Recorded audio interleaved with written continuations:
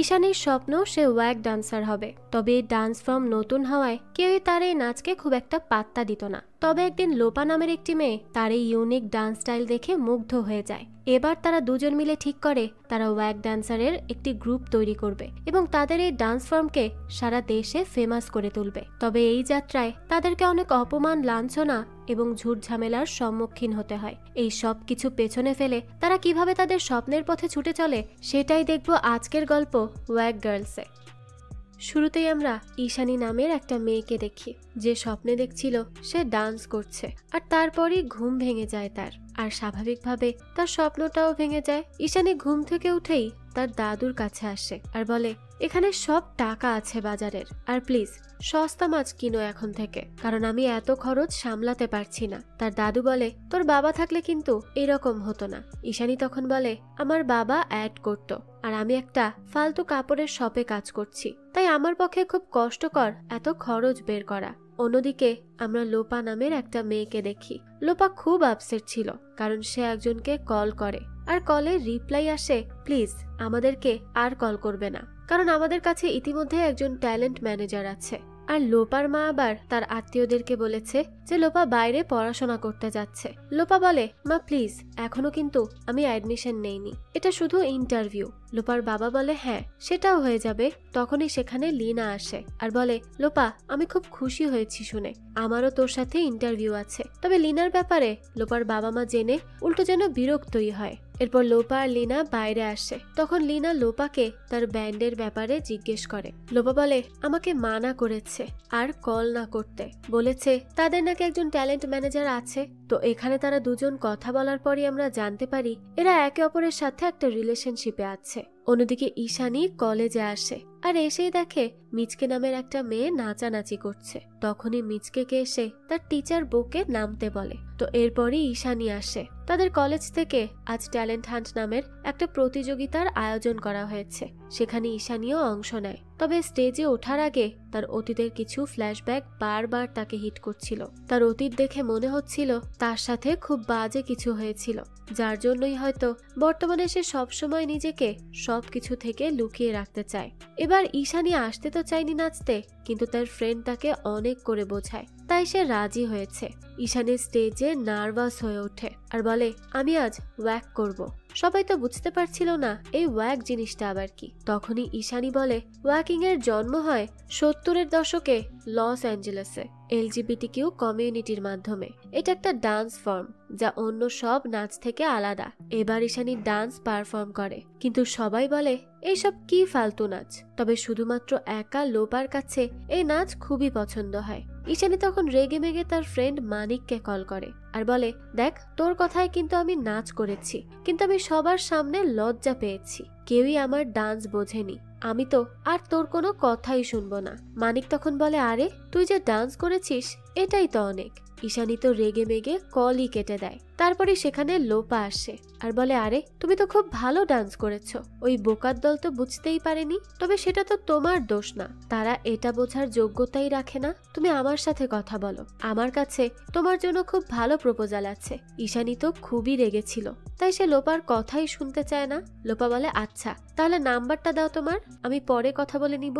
কিন্তু ঈশানী বলে, প্লিজ আমাকে একটু একা ছেড়ে দাও তো, আমার বিরক্ত লাগছে। লোপা বলে, আচ্ছা ঠিক আছে আমি যাচ্ছি, পরে আবার কথা হবে। তো তারপরই রাতের বেলা ঈশানী আসে একটা ক্লাবে, সেখানে সে ওয়াকিং ডান্স করে আর লোপাও সেখানে ছিল।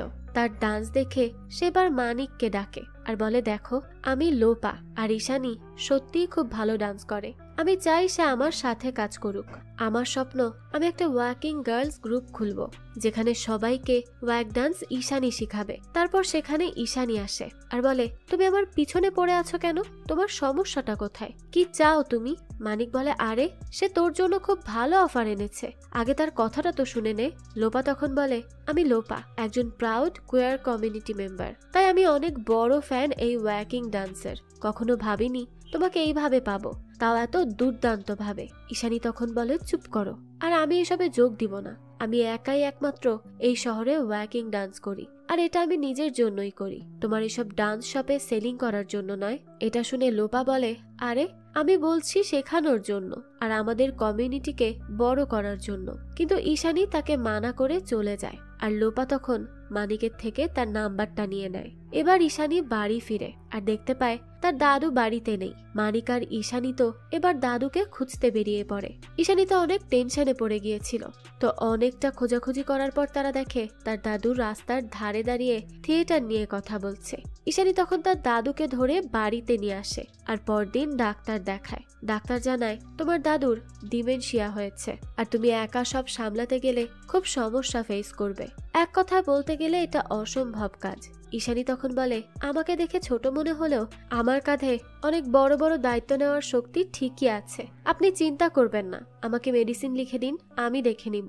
বাড়ি এসে ঈশানী কাজের জন্য অনেক জায়গায় কল করে, কিন্তু সবাই তাকে কোনো না কোনো ভাবে রিজেক্ট করে দেয়। এবার ঈশানী বুঝতে পারছিল না সে কি করবে। ওইদিকে মানিককে কল করে লোপা আর বলে, দেখো তুমি যে করেই হোক ঈশানীকে শুধু রাজি করিয়ে নাও, এরপর দেখবে ঈশানীর টাকা পয়সা কিছুর অভাব হবে না।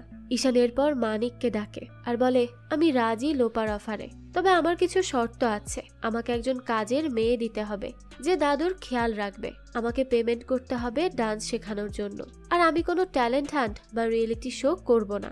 এটা শুনে মানিক বলে, ওকে, তাহলে অবশেষে তুই করবি তো? ঈশানী বলে, হ্যাঁ। এবার ঈশানীর বাড়িতে লোপা নিয়ে আসে তার বাড়ির কাজের মহিলা রেখাকে। ঈশানী রেখাকে বলে দেয় যে তার দাদুর ফুল টাইম খেয়াল রাখতে হবে, তার ওষুধ নিয়মিত দিতে হবে, তাকে একা একা বাইরে যেতে দিতে পারবে না সে, আর চুলার সামনেও যেতে দিতে পারবে না, তাহলে সে পুরো বাড়ি জ্বালিয়ে দিতে পারে। এবার তার দাদু আবার রাগ করছিল যে কেন তাকে কেউ হেল্প করবে, সে তো একদম ফিট অ্যান্ড ফাইন আছে। ঈশানী তখন বলে, আমি এত কিছু বলতে পারবো না, তবে তোমার সাথে কারো থাকা উচিত, তাই আমি রেখাকে এনেছি। তো এখানের কাজ শেষ করে এবার ঈশানী, মানিক আর লোপা আসে লোপার বাড়িতে। সেখানে বাইরে বসে বসে লোপা কথা বলছিল তার ডান্স গ্রুপের ব্যাপারে, সেখানে কিভাবে মানুষ জয়েন হবে, নাচ শিখবে, এই আর কি। তখন ঈশানী বলে, আমাদেরকে খুব প্রফেশনাল ডান্সার খুঁজে আনতে হবে, আর বাকি যারা আমার কাছে শিখবে তাদের জন্য আমরা একটা অ্যাড দিতে পারি পত্রিকাতে, আর পোস্টারও বিলি করতে পারি, তাহলে সবাই এই ব্যাপারে জানতে পারবে। লোপারও এই আইডিয়াটা ভালো লাগে। ঈশানী তখন বলে, আর আমার পেমেন্ট? লোপা বলে, হ্যাঁ, খুব তাড়াতাড়ি দিব, আর আমার কাছে টাকা সত্যিই আছে, তুমি চিন্তা করো না। ঈশানী তখন বলে, হ্যাঁ জানি, কারণ এত বড় বাড়িতে থেকে টাকা থাকবে না এটা তো হতেই পারে না। ঠিক আছে, দিয়ে দিও পরে। এবার দেখা যায় লোপার বাড়ি বড় হলেও সে আদতে ফকির, তার বাবা মা তাকে টাকাই দেয় না, কারণ সে তাদের কথা মতো চলে না। এবার লোপা আসে তার ভাইয়ের কাছে আর বলে, আমাকে লোন দিয়ে দে ভাই। তার ভাই বলে, কত ইন্টারেস্ট দিবে? লোপা বলে 8। যদিও লোপা প্রথমে 1 আর 2 এরকম বলছিল, কিন্তু তার ভাই না মানাতে 8%-এ গিয়েছে। এবার তার ভাই টাকা দিয়ে দেয় লোপাকে, আর লোপাও টাকা নেওয়ার পর বলে, তুই কিন্তু টাকা ফেরত করার ডেট দিসনি, তাই এবার এই টাকা আগামী 15 বছরেও পাবি না। এই কথা বলেই লোপা চলে আসে নিউজ পেপারে অ্যাড দিতে। এসে টাকা দিয়ে লোপা তাদের বলে একটা শব্দও যেন ভুলভাল না হয়। অন্যদিকে রাতের বেলা ঈশানীর দাদু তাকে বলে, আমাকে তারা নিয়ে চলে যাবে না তো? ঈশানী বলে, না দাদু, কেউ তোমাকে নিয়ে যাবে না, আমি আছি তো, আমি যেতেই দিব না, এবার তুমি ঘুমাও তো। তখন দেখা যায় ঈশানী পাশে বসেই তাকে পাহারা দেয় আর তার দাদু ঘুমায়। এদিকে লোপাকে তার মা বলে, তুই আবার কি করছিস? রেখাকে নিয়ে গেলি, তারপর রাহুলের থেকে টাকাও নিলি, কি করছিস আমার থেকে লুকিয়ে বলতো? লোপা বলে, কোথায়? কিছুই না, আর আমার ফ্রেন্ডের কাজের লোক দরকার, তাই রেখাকে নিয়ে গিয়েছি, আর টাকা নিয়েছি আমার গার্লফ্রেন্ড লিনাকে ডেটে নিয়ে যাওয়ার জন্য, কারণ তুমি তো দিবে না, তাই আমাকে এভাবেই টাকা নিতে হলো। এবার পরদিন তাদের ডান্সের অডিশন শুরু হয়, সেখানে অনেকেই আসে, আর তার থেকে লোপা, ঈশানী আর মানিক কিছু জনকে চুজ করে। এবার ঈশানীর একজন জিমন্যাস্টিকের প্রয়োজন ছিল, তাই সে আনুমিতা নামের একজনকে রিকোয়েস্ট করে নিয়ে আসে। এবার ঈশানী তাদেরকে তাদের প্রথম ক্লাসে পরিচিত করায় ওয়াকিং আসলে কি, আর এই ডান্সের জন্ম কোথা থেকে হয়েছিল সেটাও বলে। তারপর ঈশানী তাদেরকে ডান্স করেও দেখায় যে আসল ওয়াক কিভাবে করতে হয়। এবার সবাই বলে, আমাদেরকে কত টাকা দেওয়া হবে? এটা শুনে লোপা বলে, আরে টাকা তো পাবে পরে, আর পৃথিবীতে কোনো আর্টিস্টই টাকা দিয়ে কিছু শুরু করেনি, তাই পরে তোমরা সব পেয়েই যাবে। এবার বলো কে আমার সাথে আছো? তখন প্রায় সবাই চলে যায়, তবে থেকে যায় মিচকে, টেস, আনুমিতা আর ঈশানীর একজন ফ্রেন্ড। এবার তাদেরকে নিয়ে ওয়াক গার্লস গ্রুপ শুরু হয়। ঈশানী তাদেরকে ডান্সের প্রথম স্টেপের সাথে আজ সবার পরিচিতি করায়। তবে টেস বেশ বিরক্ত হচ্ছিল, কারণ এক স্টেপ অনেক সময় ধরে করাচ্ছিল ঈশানী। এবার আজকের মতো তাদের ক্লাস শেষ হয় আর যার যার কাজে তারা ফিরে যায়। রাতে লোপাকে তার মা একজোড়া স্বর্ণের কানের দুল দেয়। এগুলো তার দাদু পাঠিয়েছে। তো লোপা ঈশানীর টাকা দেওয়ার জন্য এবার সেগুলোকে পরদিন এসে বিক্রি করে ফেলে আর টাকা নিয়ে ঈশানীকে দিয়ে বলে, তোমার 2 মাসের অগ্রিম আছে এখানে। ঈশানীও তো এতে খুশি হয়। এরপর সে ভেতরে এসে দেখে তার দাদু আশাকে খুঁজছে। তাই ঈশানী তাকে বলে সে বাইরে আছে, তুমি আমাকে বলো কি বলবে। তো এইভাবে তাদের দিন যেতে থাকে। একদিন লোপা দেখে তার ফ্রেন্ডের বিয়ে হবে সামনে। তাই লোপা তাকে বলে, তোর বিয়েতে আমার ডান্স গ্রুপকে ইনভাইট করতে পারিস, তারা সত্যিই খুব ট্যালেন্টেড। তার ফ্রেন্ড বলে, আচ্ছা যদি ভালো হয়ে থাকে তাহলে বলবি আসতে। অন্যদিকে ঈশানী তার শপের ম্যাডামের সাথে কথা বলে এলপির বিষয়ে। আসলে এলপি তাদেরই গ্রুপের, তবে সে একজন ডিজাইনারও। তাই এলপির ডিজাইনিং ট্যালেন্টের দাম দিতে ঈশানী তার ম্যাডামের সাথে কথা বলে। তার ম্যাডাম বলে পরের মাসে দেখা করতে। তাই ঈশানী এলপির কাছে আসে আর বলে, তোমার জন্য ভালো নিউজ আছে, আমার শপ ওনার বলেছে পরের মাসে দেখা করতে। এলপি তো বেশ খুশি হয়ে যায়, কারণ তার ফ্যামিলির থেকে সে 1 টাকাও নিতে চাইছিল না। এলপি বলে, ঈশানী তোমার মা বাবা কোথায়, কখনো তাদেরকে তো দেখিনি। এবার ঈশানী কিছুই বলে না, চুপ হয়ে যায়। তাই এলপি বুঝতে পারে হয়তো তারা এই পৃথিবীতেই নেই। তো আজ আবার ডান্স করার সময় সেখানে আসে লোপা, আর সে এসেই তাদেরকে বলে, আমরা আমাদের প্রথম কাজ পেয়ে গিয়েছি, 1,50,000 টাকা অগ্রিম দিয়েছে।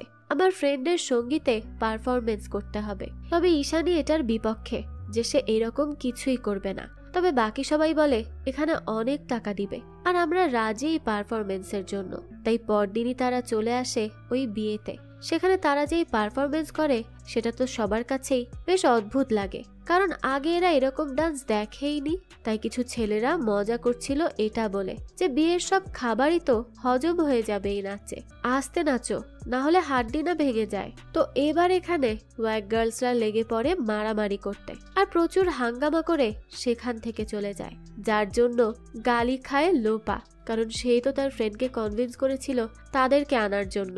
এখন তার সঙ্গীতই নষ্ট করে দিল তারা। তো লোপা যাওয়ার সময় মানিককে বলে, আমাদের জন্য ভালো হবে যদি তুমি আমাদের প্র্যাকটিসের সময় না আসো, মেয়েরা কমফোর্টেবল না তোমার সাথে। এটা শুনে মানিক বলে, কোন মেয়ে? আর এত কিছু করার পর ছেলে মেয়ের পার্থক্য আসছে কেন এখন? আর কে কমফোর্টেবল না? লোপা বলে, ঈশানী, তার ভালো লাগে না আমি বুঝতে পেরেছি। মানিক বলে, তাহলে তুমি হঠাৎ করে তার হয়ে কেন বলছো? লোপা বলে, কারণ সে বলতে পারছে না। এরপর লোপাকে তার বাবা মিস্টার মেহতা ডাকে আর বলে, তুমি দিয়ার সঙ্গীতে এইসব কেন করলে? লোপা বলে, আমরা কিছু করিনি, আর এখানে আমাদের কোনো দোষই নেই বাবা, এটা তাদের সমস্যা ছিল, তাই তারা আমাদের থেকে এরকম ব্যবহার পেয়েছে। মিস্টার মেহতা বলে, দেখো তুমি এইসব ছেড়ে ইন্টারভিউ এর জন্য রেডি হও, আর যদি তুমি লাইনে না আসো তাহলে আমি কি করব তা কিন্তু তুমি নিজেও জানো না। লোপা বলে, কি করবেন? মিস্টার মেহতা বলে, আমি তোমার ফ্রেন্ড ঈশানীর বাড়ি কিনে ভেঙে গুড়িয়ে দিব। এই কথা শুনে লোপা বলতে থাকে সে এটা বিক্রি করবেই না। মিস্টার মেহতা বলে, আমার কাছে অনেক উপায় আছে ওই বাড়ি কেনার মতো, তাই এই ব্যাপারটা মাথায় রেখে এরপর থেকে যা করার করবে। লোপা বলে, হ্যাঁ হ্যাঁ, আমি যেন খুব ভয় পেয়েছি। লোপা এই কথা বলেই চলে যায়। মিস্টার মেহতা এবার ঈশানীর মামাদেরকে ডাকে আর বলে, আপনার বাবার তো ডিমেনশিয়া হয়েছে তাই না? তাহলে একা একটা মেয়ে কিভাবে সামলাবে সব? এখানে বলে রাখি, ঈশানী কিন্তু তার নানাকেই দাদু বলে ডাকে, তাই কেউ আবার কনফিউজড হয়ে যাবেন না। যাই হোক, তো লোপার বাবা তাদেরকে বলতে থাকে, আপনারা এখন কোর্টে যান আর ওনার গার্ডিয়ান হিসেবে আপিল করুন, তাহলে তো আপনারা সহজেই বাড়ি বিক্রি করতে পারবেন। ঈশানীর মামা বলে, না আসলে টাকা পয়সাও তো লাগে আদালত, কোর্ট, উকিল করতে। মিস্টার মেহতা বলে, আমি সেটা দেখে নিব, আপনারা শুধু অ্যাপ্লাই করে দিন। তারপরে তারা রাজি হয়ে যায়, কারণ এরা এমনিতেই বসে আছে বাড়ি বিক্রি করে টাকা খাওয়ার জন্য। এতদিন পারছিল না ঈশানীর জন্য, তবে এখন তো সেই উপায়ও তারা পেয়ে গেছে। এদিকে ঈশানী তার কাজের জায়গায় এসে দেখে তার দাদু তো সেখানে এসে পড়েছে, আর এসেই তাদের শপের সব জামা কাপড়কে তার কস্টিউম ভাবতে শুরু করেছে। শপের ম্যানেজার আনু বলে, এই সব কি ঈশানী? ঈশানী বলে, আসলে দাদুর তো ডিমেনশিয়া, তাই সে জানে না সে কি করছে, আমি বুঝতে পারছি না সে এখানে আসলো কিভাবে। এরপরই এখানে তার দাদু বেশ হাঙ্গামা করে, তারপর চলে যায়। আনু বলে, ঈশানী, আমার আর মনে হয় না তোমাকে কিছু বলার প্রয়োজন আছে। প্লিজ আমার সব থেকে চলে যাও, আমার আর কোনো কাজ করতে হবে না তোমার। ঈশানী তারপর তার ব্যাজ রেখে বলে, আপনি আমার ফ্রেন্ড এলপির সাথে দেখা করবেন তো? আনু তখন রেগে মেগে বলে, চুপ থাকো আর বের হয়ে যাও। অন্যদিকে আমরা টেস এবং মানিককে দেখি, তারা তাদের প্রথম ডেটে আসে আজ। তখন টেস বলে, তুমি কি আজ আসবে না প্র্যাকটিসে? মানিক জানায় না, কারণ আমার মনে হয় না ওখানে আমার কোনো প্রয়োজন আছে বলে, আর যেখানে আমার কোনো দরকার নেই সেখানে আমি গিয়ে কি করব, তাই যাব না সিদ্ধান্ত নিয়েছি। এই কথা শুনে টেস বলে, কেন, ঈশানী পাত্তা দিচ্ছে না তাই? মানিক বলে, জানি না কেন করছে যে এরকম। টেস বলে, তাকে জিজ্ঞেস করে নাও, তাহলেই তো হয়। মানিক তখন বলে, না থাক, সমস্যা নেই। টেস বলতে থাকে, আমি তো এখানে এই গ্রুপে জয়েন করেছিলাম শুধুমাত্র তোমার জন্য, যাতে করে তোমার আশেপাশে থাকতে পারি। এই কথা শুনে মানিক তাকে জিজ্ঞেস করে, তাহলে কি এখন ছেড়ে দিবে নাকি? টেস হেসে বলে, আরে জয়েন করেছি তোমার জন্য, কিন্তু আমি সেখানে আছি নিজের জন্য। আমার তো ভালোই লাগছে ওই ডান্স গ্রুপের পার্ট হয়ে থাকতে। মানিক বলে, তাহলে তো ঠিক আছে, আমিও খুশি তাতে। এদিকে বাড়িতে তারা যখন প্র্যাকটিস করছিল তখন সেখানে আসে ঈশানীর মামা। তার মামা বলে, আমরা কেস করেছি, তুমি বাবার একা খেয়াল রাখতে পারবে না, এবার বাবার সব দায়িত্ব আমরা নিতে চাই। তখনই টেসরা বলে, মিথ্যা কথা, আমরা সাক্ষী আছি, দাদু এখানে খুব ভালো আছেন। লোপা বলে, ঠিক আছে, আমরা কোর্টেই কথা বলবো, এবার আপনারা যান। আনুবিতা, টেস আর এলপি তখন ঈশানীকে জড়িয়ে ধরে বলে, চিন্তা করো না, আমরা আছি তো, আমরা দাদুকে কোথাও যেতে দিব না। তো এবার তারা সব মেয়েরা এক হয়ে যায় আর বলে, চলো এবার আমরা আমাদের ডান্সে ফোকাস করি আর দুনিয়াকে দেখিয়ে দেই যে আমরাও পারি। তবে ডান্স করার পর ঈশানী দেখে নিচে মানিক এসেছে। সে তো খুবই খুশি হয়, সে ভাবে সে হয়তো তার জন্যই এসেছে, কিন্তু দেখে না, সে তো টেসের জন্য এসেছে। তাই তার মনটাই খারাপ হয়ে যায় কোনো একটা কারণে। এখন সে বন্ধু হিসেবে নাকি ভালোবাসার মানুষ হিসেবে সেটা তো বোঝা যায় না। তো রাতে তারা সবাই আসে একটা ব্যাটল ডান্সে। সেখানে এসে তারা অন্য একটা ডান্স গ্রুপের সাথে ডান্স করে, কিন্তু তারা সেখানে একটুর জন্য জিততে পারে না।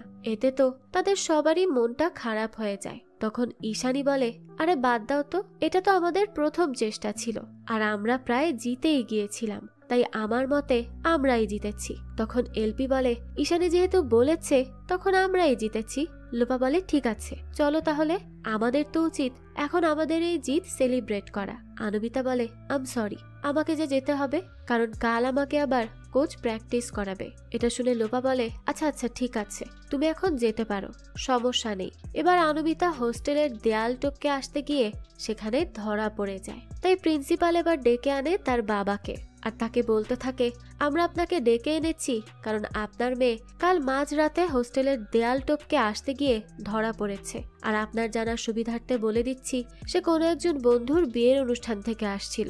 আনুমিতার বাবা বলে, সরি স্যার, আমি আর তার মা তো এইসবের কিছুই জানি না। প্রিন্সিপাল বলে, শুধু এতটুকুই নয়, বরং তার কোচ বলছিল সে আজকাল ক্লান্ত থাকে। কোচ কিছু বললে তার উল্টো জবাব দেওয়াও শিখে গেছে। তাকে দেখে মনে হচ্ছে তার কোনো ইচ্ছাই নেই কিছু করার। সে একাডেমির নিয়ম ভঙ্গ করেছে, যার জন্য তাকে বের করে দেওয়া উচিত ছিল, কিন্তু তার মধ্যে যেহেতু ট্যালেন্ট আছে তাই আমরা তাকে শেষ একটা সুযোগ দিচ্ছি। কিছুদিন সাসপেন্ড থাকবে, আশা করছি ততদিনের মধ্যে তার বুদ্ধি ঠিকানায় চলে আসবে। তারপরই আনুমিতা বাড়ি আসে আর তার বাবা আনুমিতার মাকে বলে, দেখো তোমার মেয়েকে সাসপেন্ড করে দিয়েছে, কারণ মাঝরাতে তাকে পালিয়ে আসতে ধরে ফেলেছে তারা। এই কথা শুনে আনুমিতার মা তাকে বলে, কোথায় গিয়েছিলে তুমি, কোনো প্রেম করছো না তো? আনুমিতা বলে, আরে না মা, এই যে আমি এখানে গিয়েছিলাম। তো সেই রাতে সানি লিওন তার ডান্স ভিডিও করেছিল আর সেটাকে পোস্ট করেছিল, আর এখন তো সেই ডান্সও ভাইরাল। আনুমিতা বলে, আমি একটা ডান্স গ্রুপে জয়েন করেছি আর সেখানেই ছিলাম মা। তার বাবা বলে, তো এই ডান্সের জন্য তুমি তোমার পুরো জিমন্যাস্টিক ক্যারিয়ার নষ্ট করতে চাইছো? আনুমিতা বলে, আমি চাই না জিমন্যাস্টিক হতে, আমার একদমই পছন্দ না এটা করা। তোমার পছন্দ ছিল তাই আমাকে জোর জবরদস্তি করে এইসব করতে হচ্ছে। তার বাবা এবার রেগে যায় আর বলে, ও তাহলে আয়, আমরা সবাই খুশি মানাই, মেয়ে আমাদের ইচ্ছার গলা টিপে এসেছে, আমাদের তো তার সাথে নাচ করা উচিত। আনুমিতা এবার তার বাবার এরকম আচরণ দেখে বাড়ি থেকেই বেরিয়ে যায়। তখন তার বাবা বলে, যা, কত দূর আর যেতে পারবি, সে তো ঘুরে ফিরে আমার দরজায় আসতে হবে। তুই জীবনে কিছু করতে পারবি নাকি? আনুমিতা তো চুপচাপ বাইরে চলে আসে, কিন্তু সে তো জানেই না সে কোথায় যাবে, কিভাবে থাকবে। কখনো তো কারো সাপোর্ট ছাড়া সে কিছুই করেনি। তারপরই সে মিচকে কল করে আর বলে, তুই যেখানে আছিস থাক, আমি এসে তোকে নিয়ে যাচ্ছি। আনুমিতা এলপিকে কল করে। তখন এলপি বলে, আরে সব বাবাই একরকম হয়, যদি মিচকের ঘরে না হয় তাহলে আমার বাড়ি চলে আসবি।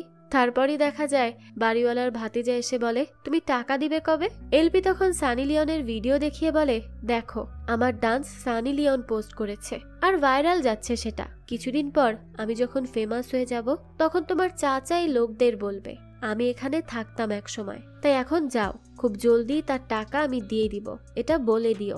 তো এরপরই ঈশানী নিজের ডান্স প্র্যাকটিস করছিল। তখনই সেখানে লোপা আসে আর বলে, আরে দেখো দেখো, সানি লিওন তো তোমার ডান্স কভার করেছে, আমাদের সবার আলাদা আলাদা করে ডান্স ভিডিও করে আপলোড করেছে। কিন্তু ঈশানী একদম এইসব শুনতে চাইছিল না, কারণ তার মনটা খুবই খারাপ তার দাদুকে নিয়ে। লোপা তখন বলে, আমি বুঝতে পারছি তোমার মনের অবস্থা, তবে চিন্তা করো না, সব ঠিক হয়ে যাবে। আর ডাক্তার কি বলেছে? ঈশানী বলে, কিছুই বলেনি, বলেছে গডের উপর আস্থা রাখতে, তাহলে সব ঠিক হয়ে যাবে, তাছাড়া আর কিছুই করার নেই। এরপর ঈশানী কল করে মানিককে, কিন্তু মানিক তো তার কলই রিসিভ করে না। ঈশানী তখন লোপাকে বলে, কেন যে মানিক এরকম করছে বুঝতে পারছি না। লোপা বলে, হতে পারে সে এতগুলো মেয়েদের মধ্যে অস্বস্তি ফিল করে। ঈশানী তখন বলে, তাহলে আমাকে বলতে তো পারতো, এইভাবে এড়িয়ে যাওয়ার মানে কি? লোপা বলে, কি জানি, হতে পারে তার খারাপ লাগছে।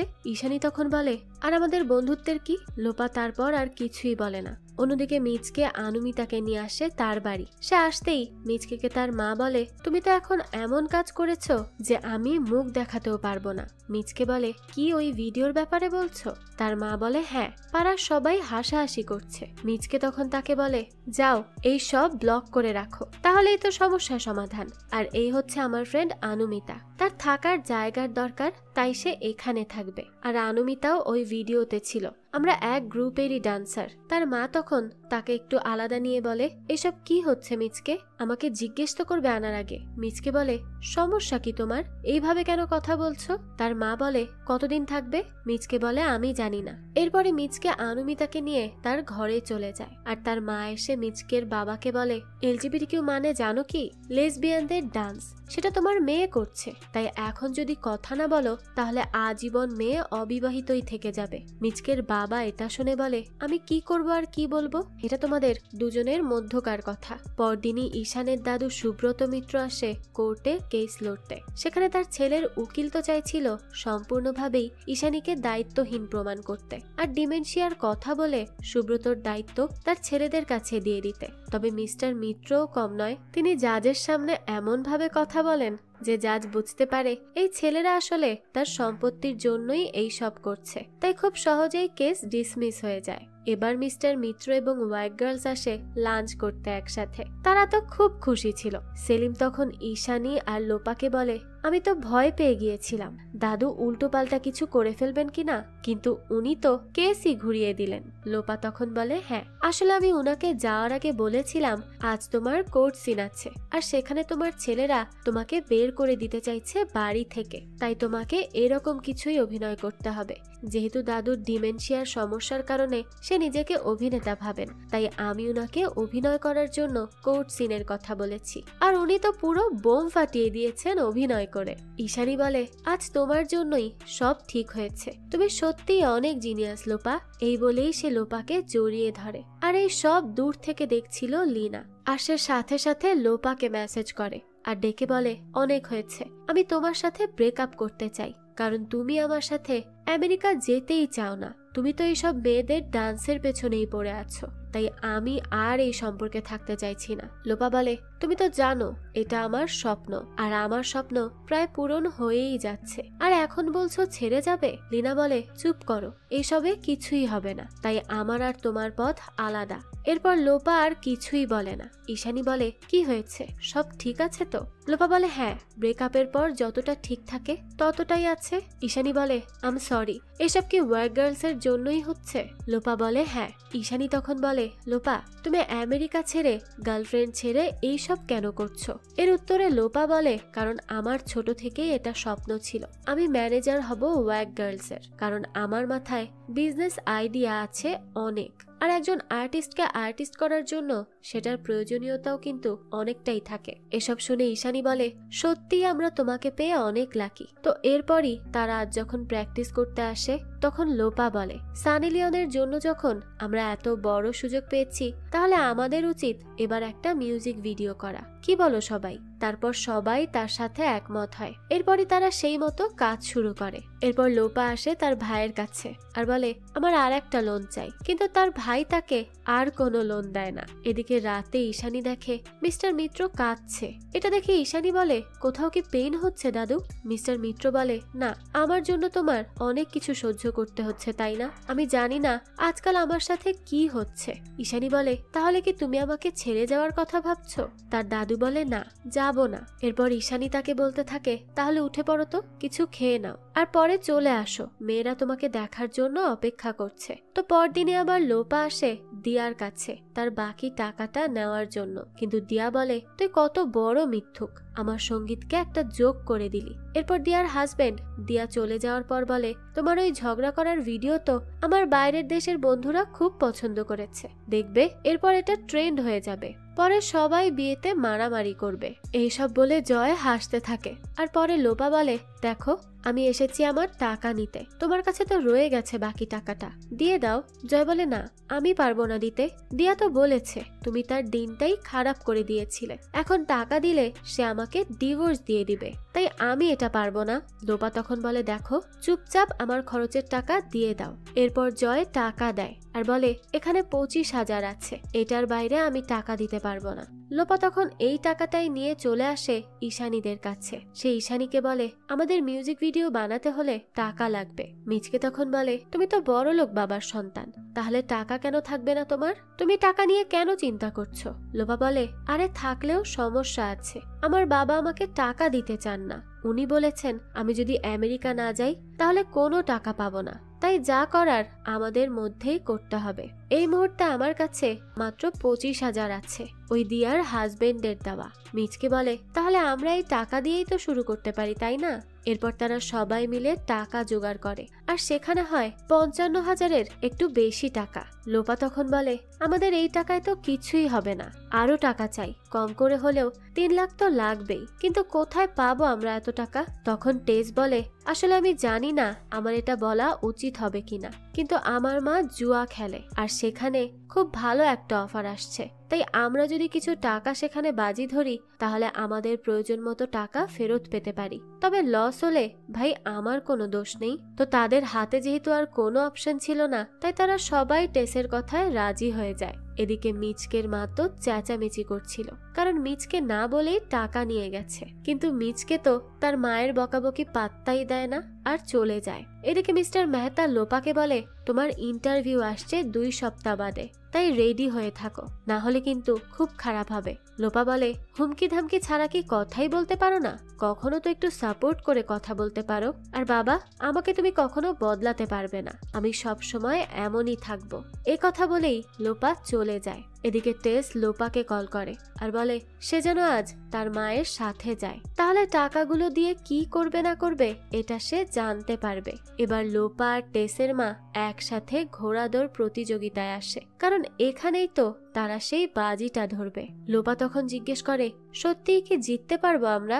আমার কিন্তু খুব চিন্তা হচ্ছে। টেসের মা বলে, এইসবের তো কোনো ভরসা নেই, তবে আমি নিশ্চিত এবার আমরা জিতবই জিতবো। তো এরপরই 30,000 টাকা দিয়ে তারা একটা টোকেন নিয়ে আসে। এবার পরদিন তারা সবাই মিলে আসে ঘোড়া দৌড় দেখতে, কিন্তু এত এক্সাইটেড হয়ে আসার পর তারা ফিরে যায় মুখ গোমরা করে, কারণ তারা তো হেরে যায় আর এত কষ্টে 30,000 টাকাও পানিতে যায়। তাদের সবারই এই ব্যাপারটা নিয়ে অনেক মন খারাপ ছিল।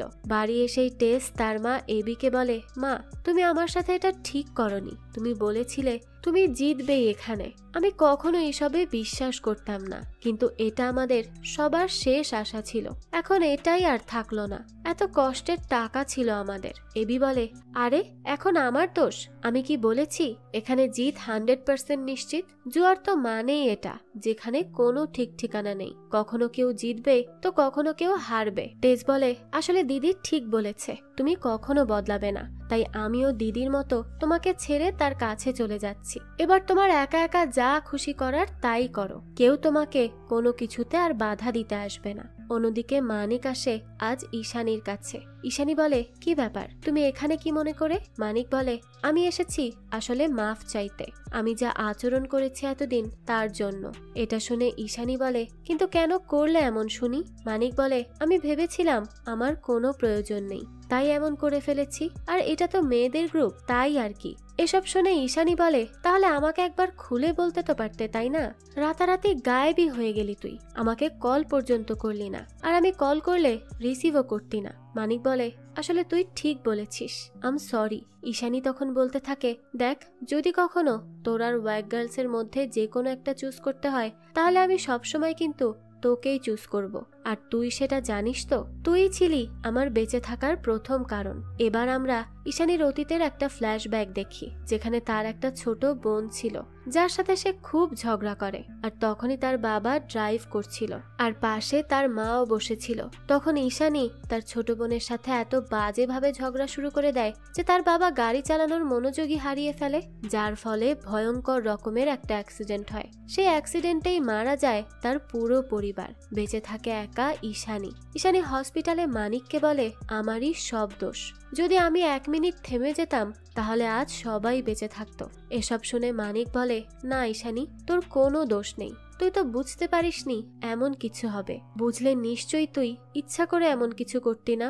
ঈশানী বলে, না রে, যত যাই বলিস, এবার আমি এই গিল্ট থেকে কিভাবে মুভ অন করব আমি তো কিছুই বুঝতে পারছি না, আমি সত্যিই জানি না এই অনুতাপের সাথে কিভাবে বেঁচে থাকবো। এরপরে ঈশানী ওয়াক ডান্সের ব্যাপারে রিসার্চ করে, আর ধীরে ধীরে এটা শিখেও ফেলে, আর নিজের ভেতরের জমানো কষ্টটা সেই ডান্সের মাধ্যমে ভোলার চেষ্টা চালায়। আর তার সাথে সব সময় ছিল মানিক, সেই তাকে ওয়াক ডান্সের জন্য আরো বেশি উৎসাহ দিয়েছিল, আর এভাবেই সে হয়ে ওঠে ওয়াকিং ডান্সার। এবার দৃশ্য আসে টেসের কাছে, যেখানে তার মা এবি টেসকে টাকা দিয়ে বলে, তোমরা হারোনি, এই নাও টাকা। এই কথা শুনে টেস অবাক হয়ে যায় আর বলে, কি কি সব বলছো? এবি বলে, হ্যাঁ, টাকা রেখে দাও আমার মন বদলানোর আগে। এরপর বাড়িতে সব মেয়েরা আসে, তখন এবি বলে, আরে আমরা তো একটুর জন্য হেরেছি, তাই আমি গিয়ে তাকে ধরে বলতেই আমাদের সব টাকা ফেরত দিয়ে দিয়েছে। লোপা তখন বলে, থ্যাঙ্কস আন্টি, আর আমি সিদ্ধান্ত নিয়েছি এসব প্রফেশনাল ভিডিও অন্য কাউকে দিয়ে বানাতে যাবই না, যা করার আমরা আমাদের নিজেদের ট্যালেন্ট ইউজ করে করব। তার সাথে সবাই তখন একমত হয়। অন্যদিকে মিস্টার মেহতা এবার অন্য খেলা শুরু করে তার মেয়েকে আটকাতে, তাই সে আবারও ডেকে আনে মিস্টার মিত্রর 2 অপদার্থ ছেলেকে, আর তাদেরকে নতুন আইডিয়া দিয়ে দেয় ঝামেলা পাকানোর জন্য। তারাও তো এই সবই করতে যাচ্ছিল, তাই তারাও তাদের কাজে লেগে পড়ে। এদিকে লোপা আসে আরুনা নামের একটা মেয়ের কাছে, তাকে দিয়ে সে তার মিউজিক ভিডিওটা শুট করাবে, কিন্তু আরুনা নিজেই একটু কনফিউজ ছিল, কারণ সে তো প্রফেশনাল না। তাই সে লোপাকে জিজ্ঞেস করে, আমি কি পারবো? লোপা বলে, তুমি সেই রাতে একটা ভিডিও শুট করেছিলে, আমি দেখেছি, সেটা আমার খুব পছন্দ হয়েছে, তাই তুমি যদি চাও তাহলে তুমি অবশ্যই পারবে, এটা আমার বিশ্বাস। আরুনা এটা শুনে বলে, কিন্তু এটা তো আমি মোবাইল দিয়ে করেছি, প্রফেশনালি পারবো কিনা জানি না। লোপা তাকে আশ্বাস দিয়ে বলে, তুমি অবশ্যই পারবে, কোনো চিন্তা করো না, আর আমরা সবকিছুই তো 0 থেকে শুরু করছি, তাই তুমি শুধু তোমার মন বানিয়ে নাও আমাদের সাথে শুট করার জন্য। তো আরুনাও এবার রাজি হয়ে যায়। অন্যদিকে এলপিকে তার বাড়িওয়ালা বের করে দিয়েছে, তাই ঈশানী তাকে তার বাড়িতে নিয়ে আসে, আর তাদের একটা রুম তাকে দিয়ে দেয়। সেই সময় দেখা যায় মানিক মিস্টার মিত্রকে এসে তামাক দেয়, কিন্তু সে তো তাকে চিনতেই পারে না, আর বলে, কে তুমি? চলে যাও, আজ আমি কিছুই কিনবো না। মানিক এই সব কথা শুনে তো বেশ কষ্ট পায়, আর ঈশানীকে বলে, আজ দাদু আমাকে চিনতে পারলেন না? ওনার অবস্থা কি খারাপই হচ্ছে দিন দিন? ঈশানী বলে, হ্যাঁ, তার অবস্থা আরো খারাপের দিকে যাচ্ছে, কি যে করব বুঝতে পারছি না, আর তুই তো তেমন আসিস না, তাই হয়তো ভুলে গেছে, কিছু মনে করিস না। এলপি তখন বলে, কি জানি, কিছুদিন তো দাদু একেবারে অন মুডে থাকে, আমাদের সাথে ডান্সও করতে আসে, তখন আমাদের সবার একসাথে খুব মজা হয়। এবার রাতে তাদের বাড়িতে আসে আরুনা। লোপা তাকে সবার সাথে পরিচয় করিয়ে দেয়। তারপর তারা আলোচনা করে কোথায় কোথায় তারা শুট করবে আর কিভাবে তা করতে হবে। আরুনা লোপাকে বলে, দেখো, ক্যামেরা কিন্তু আমাদের একাডেমির, তাই কিছু হলে তোমাকে কিন্তু নতুন ক্যামেরা কিনে দিতে হবে, বুঝলে? এই কথাটা যেন মাথায় থাকে। লোপা বলে, আচ্ছা আচ্ছা, কিছু হলে আমি আছি তো, আমি সামলে নিব সব। পরদিন এলপি আর ঈশানী কথা বলছিল যে তাদের হুক স্টেপটা কেমন রাখা উচিত। ঈশানী বলে, আমার মনে হয় এমন কিছু রাখা উচিত যা সবাই দেখেই করতে পারবে, খুব সিম্পল হবে কিন্তু দেখে তা মনে হবে না। এলপি বলে, হ্যাঁ, আইডিয়াটা কিন্তু বেশ ভালো। এরপর তারা সবাই প্র্যাকটিস শুরু করে, কস্টিউম তৈরি করতে থাকে। তারা সবাই যার যার কাজে লেগে পড়ে। এবি তো তাদের জন্য ফুলও নিয়ে আসে শুটে ইউজ করবে বলে। সবাই তো তখন বেশ খুশি হয় এত সাপোর্ট পেয়ে। তারপরই তাদের শুট শুরু হয়ে যায়। আরুনা আর লোপা অনেক কষ্ট করে পুরো ভিডিওটা শুটও করে ফেলে। এরপরই সেটা এডিটিং করতে শুরু করে আরুনা। দিন রাত জেগে থেকে এডিটিংটা সে করতে থাকে। তখন লোপা এসে বলে, আমি দেখি তো কতদূর কি হলো। আরুনা তখন দেখতে দিয়ে বলে, এখনো কিছু বাকি আছে করা। কেমন হলো তুমিই দেখে বলো তো, আমার কিন্তু বেশ ভয় করছে। লোপা তো ভিডিও দেখে প্রথমে এমন ভাব করে যেন তা খুবই খারাপ হয়েছে। আরুনা তো তার চেহারা দেখে খুবই টেনশনে পড়ে যায়, কিন্তু একটু পরেই লোপা খুব খুশি হয়ে বলে, এটা তো মারাত্মক বেশি ভালো হয়েছে আরুনা, তুমি সবাইকে দেখিয়ে দিতে পারবে যে তুমিও পারো। এই কথা শুনে তো আরুনাও খুশি হয়ে যায়। তো এরপর সে আরুনাকে বলে, এবার জলদি জলদি বাকিটাও শেষ করে ফেলো তো, আর চলে আসো, আমরা সবাই একসাথে এটা দেখব। তো এরপর লোপা সহ বাকি মেয়েরা মিলে রাতে ওই ভিডিওটা প্লে করে। পুরো ভিডিওটা দেখে তো সবাই অনেক প্রশংসা করে আরুনার, কারণ সে খুব সুন্দর করে ভিডিওটা শুট করেছে এবং এডিটিংও করেছে, যেটা সত্যি প্রশংসার দাবিদার। আরুনা তখন বলে, এবার বলো তো কবে আপলোড করব? লোপা জানায়, কাল ঠিক 12টার দিকে আমরা এটা আপলোড করব, আর আমরা রিলসও করব, আর এটা অবশ্যই ভাইরাল করে ছাড়ব। তারপরে তারা পরদিন ঠিক 12টায় তাদের ভিডিওটা আপলোড করে। আর এরপর অনেক সময় ধরে অপেক্ষা করতে থাকে, কিন্তু দেখা যায় কোনো রেসপন্সই আসে না। এতে তাদের মনটা খারাপ হয়ে যায়। তবে কিছু সময় পরেই দেখা যায় অনেক রেসপন্স আসা শুরু হয়। একের পর এক নোটিফিকেশন আসতে থাকে। হয়ে যায় তাদের ভিডিও পুরো দেশ বিদেশে ভাইরাল। মানুষ তাদের ভিডিও একের পর এক শেয়ার করে আর রিলস বানিয়ে ভরিয়ে দিচ্ছে। সেই সাথে সেখানে একদল হয় তাদের ফ্যান, আর একদল হয়ে যায় তাদের হেটার্সদের মতে এরকম ডান্স ভালো না আর এসব ধর্মের বিরুদ্ধে, কারণ এইসব বাজে কিছুকেই সাপোর্ট করে। আর যারা তাদের ফ্যান হয়ে গেছে তাদের মতে এই ডান্স দেখলেই মন ভালো হয়ে যায় আর বডিতে একটা এনার্জি চলে আসে ডান্স করার জন্য।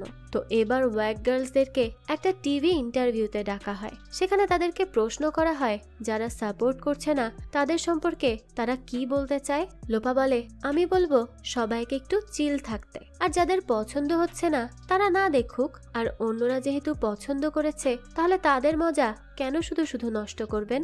এলপি বলে, হ্যাঁ সেটাই তো, ভালো হয়েছে আঙ্কেল, স্ক্রিনের ভেতরে থেকে বলছেন এইসব। তো তারপরে তারা এতই ফেমাস হয় যে মানুষ তাদের দেখে ছবি তোলার জন্য পাগল হয়ে যায়। তারাও তো খুব খুশি ছিল, কারণ তাদের কষ্ট সার্থক হয়েছে। আর এই সময় দেখা যায় এলপিকে অনেক জায়গায় কাজের জন্য অফারও করা হয়। তারপর মিচকেকেও আগের থেকে মানুষ অনেক বেশি রেসপেক্ট করতে শুরু করে। ঈশানীর তো কোনো কথাই নেই, কারণ তারই হুক স্টেপটা বেশি ভাইরাল হয়। সবার জীবনেই এখন অনেক বেশি সফলতা চলে আসে। তো এবার ঈশানীকে তার টিচার ডেকে বলে, তুমি পরীক্ষায় বসবে না? পড়াশোনা ছাড়ার মানে কি? গড তোমাকে গণিতের মধ্যে এত ভালো ট্যালেন্ট দিয়েছেন, তুমি সেটা নষ্ট করতে চাইছো?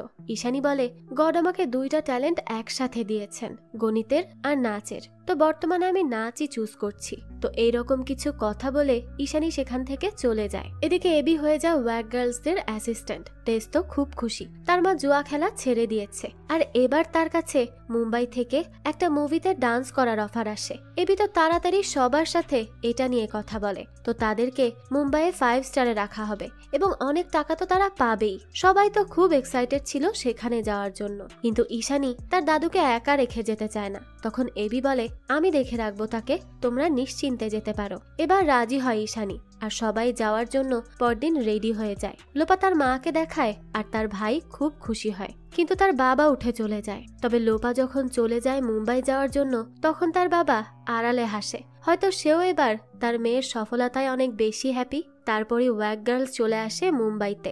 সারা রাস্তা তারা খুব এনজয় করে। তবে যেই সিন করতে তারা আসে সেটা হঠাৎই ক্যান্সেল হয়ে যায় আর তাদেরকে এখান থেকে চলে যেতে বলা হয়। এবার তো লোপা রেগে যায় আর বলে, আমার টিম সকাল থেকে রেডি হয়ে আছে আর এখন বলছো এইভাবে চলে যেতে? আমাদের টাকা দিয়ে দাও, আমরা চলে যাব। কিন্তু লোকটা বলে, কিসের টাকা? পারফরমেন্স না করে আবার টাকা কিসের? সেটা তো হয়নি। লোপা বলে, আমাদের পরিশ্রমের টাকা, সময়ের টাকা। তারপর লোকটা বলে, ঠিক আছে 1 লাখ দিচ্ছি, এর বেশি পারবো না। লোপা বলে, না, আমাদের পুরো টাকাই লাগবে। ঈশানী তখন এসে লোপাকে বলে, বাদ দে, এই লোক আমাদের যোগ্যই না, তাই আমরা চলে যাচ্ছি, শুধু শুধু ভেজাল করার দরকার নেই। তো তারা সেখান থেকে একটা পার্টিতে আসে আর ওখানে লোপাকে নিয়ে খুব সুন্দর সুন্দর কথা বলে ঈশানী। তো ঈশানী যখন ফিরছিল তখন তার সাথে একটা ছেলের দেখা হয় যে তাকে তার ডান্সের প্রশংসা করে। এবার পরদিন ঈশানীকে কল করে মানিক আর বলে, তোমার বাড়িকে আনসেফ বলা হয়েছে, তোমাকে বাড়িতেও থাকতে দেওয়া হবে না। আর এইসব করেছে লোপার বাবা। আমি সব খোঁজ নিয়েছি। আর জানো আমি কেন তোমার সাথে দেখা করিনি? কারণ লোপা বলেছিল তোমার থেকে দূরে থাকতে। এই সব করেছে লোপা। এই কথা শুনে তো ঈশানীর মাথা খারাপ হয়ে যায় আর সে এসে লোপাকে বলে, এত মিথ্যা কথা তুমি কিভাবে মানিককে বললে আমার থেকে দূরে থাকতে? লোপা বলে, আম সরি, আমার সত্যিই উচিত হয়নি এইভাবে বলা। বাকিরাও তখন লোপার উপর রেগে যায়। ঈশানী বলে, এমনকি যেই ডিলার আমার বাঁচা মুশকিল করে রেখেছে সেটাও হচ্ছে লোপার বাবা, অথচ সে এটাও আমার থেকে লুকিয়ে রেখেছে। কিন্তু লোপা বলে, সত্যি আমি জানি না যে তোমার ঘরকে আনসেফ করা হবে, এত কিছু আমি জানতাম না। তো এবার ঈশানী রেগে চলে যায়। সাথে বাকিরাও লোপাকে ভুল বোঝে। ঈশানীকে তখন দেব নামের একজন অফার করে তাদের এজেন্সিতে এসে কাজ করতে। তারা বড় বড় ডিল আনতে পারবে যা লোপা পারবে না। ওইদিকে লোপা তার বাবাকে বলে, আমি তোমার কথা মতো সব করব, কিন্তু তুমি ঈশানীর বাড়ি ফেরত দিবে এবং তার পেছনে পড়বে না। আমি ওয়াক গার্লসও ছেড়ে দিব আর আমেরিকাও চলে যাব, তোমার ইচ্ছা মতো। মিস্টার মেহতা বলে, আমি বলেছি আমাকে রাগাবে না। ঠিক আছে, তোমার ডিল আমি মেনে নিচ্ছি, ফিরে আসো আর আমার কথা মতো সব করো। অন্যদিকে ঈশানী মানা করে দেয় দেবকে আর বলে, আমাদের শুরু হয়েছে লোপার হাত ধরে, তাই লোপা ছাড়া ওয়াক গার্লসকে কেউ নিয়ন্ত্রণ করবে না। এবার তারা সবাই কলকাতা যাওয়ার জন্য ফ্লাইটে ওঠে আর সবারই তো মন খুব খারাপ ছিল। তো এরই সাথে এখানেই গল্পটা শেষ হয়। তো এর সামনে গিয়ে কি হবে না হবে কিছুই জানা যায় না। তাদের ভবিষ্যৎই বা তাদেরকে কোথায় নিয়ে যাবে সেটা হয়তো আমরা এই গল্পের পরবর্তী সিজনেই জানতে পারবো। যদিও সেটা কবে রিলিজ হবে তা এখনো নিশ্চিত না, তবে এর পরবর্তী সিজন যখনই রিলিজ হোক আমি তা আপনাদের জন্য এক্সপ্লেইন করার চেষ্টা করব। এই তো ছিল আজকের গল্প, যেটা ওয়াক ডান্সকে কেন্দ্র করেই তৈরি করা হয়েছে। এই ডান্স ফর্ম একসময় LGBTQ গ্রুপ শুরু করলেও পরবর্তীতে এই ডান্স ফর্ম সারা বিশ্বে ছড়িয়ে পড়েছে। যাই হোক, তো আজকের এই গল্পটা আপনাদের কাছে কেমন লেগেছে সেটা অবশ্যই আমাদেরকে কমেন্ট করে জানাবেন। যদি এতটুকু ভালো লেগে থাকে তাহলে একটি লাইক দিয়ে যাবেন। আর হ্যাঁ, আমাদের এই চ্যানেলে কিন্তু প্রতিনিয়তই নতুন নতুন ভিডিও আপলোড করা হয়। সেই সব ভিডিওর আপডেট পেতে আমাদের চ্যানেলটিকে সাবস্ক্রাইব করে বেল আইকনে অল দিয়ে রাখতে কিন্তু ভুলবেন না। আর একটা কথা, আপনার আমার মতো মুভি লাভারদের জন্য আমরা নিয়ে এসেছি সুলভ মূল্যে নেটফ্লিক্সের সাবস্ক্রিপশন, যেটি পেয়ে যাবেন আমাদের ফেসবুক পেজ HB শপে। পেজের লিংক ডেসক্রিপশন বক্সে দেওয়া আছে। আজকে তাহলে এই পর্যন্তই, আবারও হাজির হব নতুন কোনো ভিডিও নিয়ে। সেই পর্যন্ত সবাই ভালো থাকবেন আর আমাদের চ্যানেলের সাথেই থাকবেন। ধন্যবাদ।